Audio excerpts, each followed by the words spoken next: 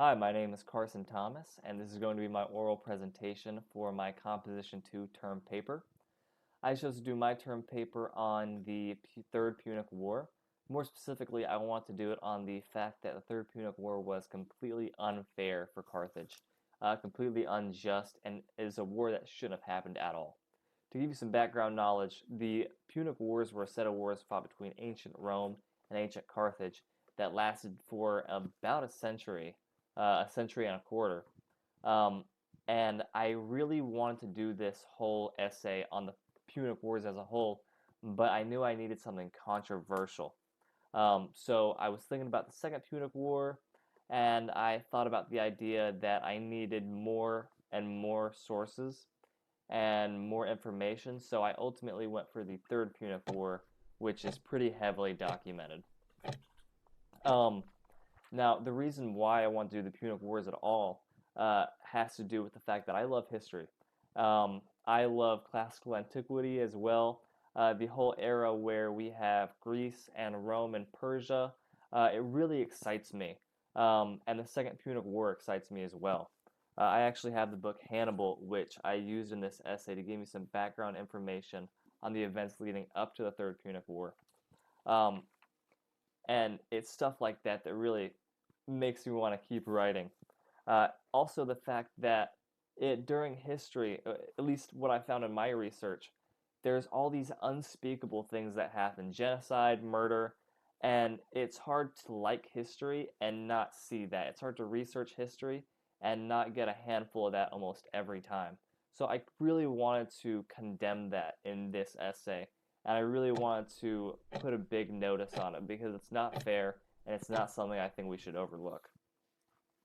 Now, going into this essay, I mostly didn't know what to expect because I'd only ever researched about the First and Second Punic War. I did know that the actions in the Second Punic War were kind of like a bell ringer for what was to come, given that there was a lot of damage to Rome, so I expected a lot of retribution, and that's exactly what happened. Um, Also, the fact that sources were going to be a little hard to get. The fact that it was 2,000 years ago made it to where firsthand sources were really hard to not only grasp because they were translated from ancient languages, but also because they were filtered through whatever agenda of the person who wrote it was. Now, the summary of what I found, though, is that most historians agree that Rome was in the wrong. That Rome started the war. It wasn't Carthage's fault for the most part. And that they made a bad choice in raising Carthage at all. Keeping Carthage as a strong trading ally and as just an ally to the south in Africa was the better choice. And I also found that Carthage was completely friendly and agreed to every single treaty notice, every single reparation they had to pay, they paid on time and even paid more. Um, and that nothing they did incited war directly. It's really not fair to them at all. I also found that Rome had a political system that endured on, which gave politicians a reason to go to war. And that was called cursus honorum. Cursus honorum means they have ranks within the politicians that is usually increased by how much you go to war, what you win, which really spurred on a lot of leaders to go to war during the Third Punic War.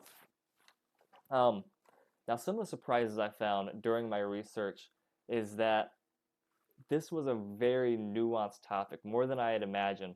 I thought it was going to be most people agree on one thing, but it was more the idea that there are a lot of different takes on something like this.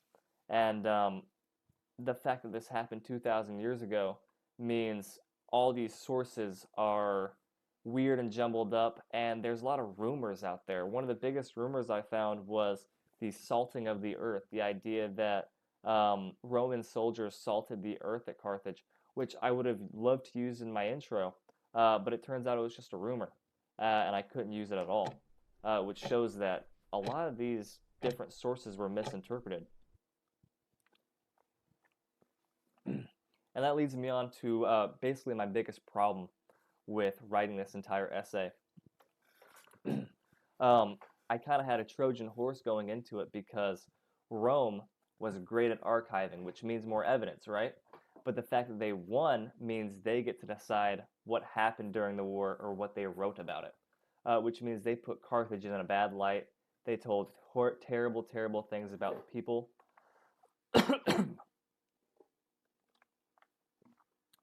And overall said whatever they wanted.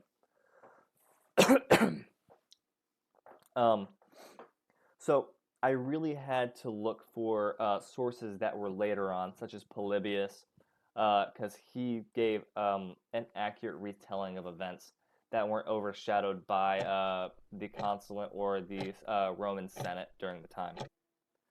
Now, the sources I used to form a lot of the ideas I made in the essay came from JSTOR and Alexander Street, just to name the databases. A lot of the articles I used mostly gave me the numbers and the statistics I was looking for, such as Genocide in the Ancient World by Gerard Mulligan. That one was very important. And also The First Genocide, Carthage by Ben Kiernan. Those two were very important in giving me some of my outline points and also a lot of the statistics I needed to form those points.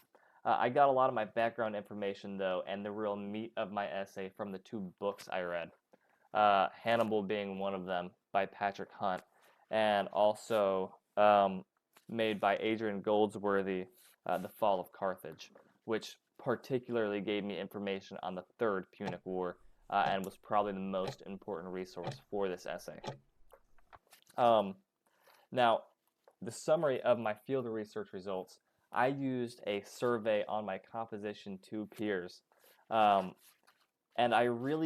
all my questions were parallels to the Third Punic War, and mostly gave scenarios throughout the Third Punic War that I think the regular person would understand and be able to answer without the background information needed. One important one I gave was, how do you believe fear affects a nation's decision-making, especially towards wars?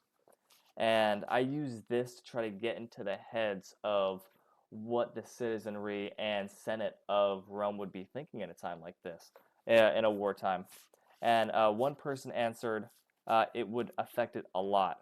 Just think about Nazi propaganda and the fear it gave citizens about decision making, portraying Jewish people in a negative light, the same way Carthaginians would be portrayed in a negative light.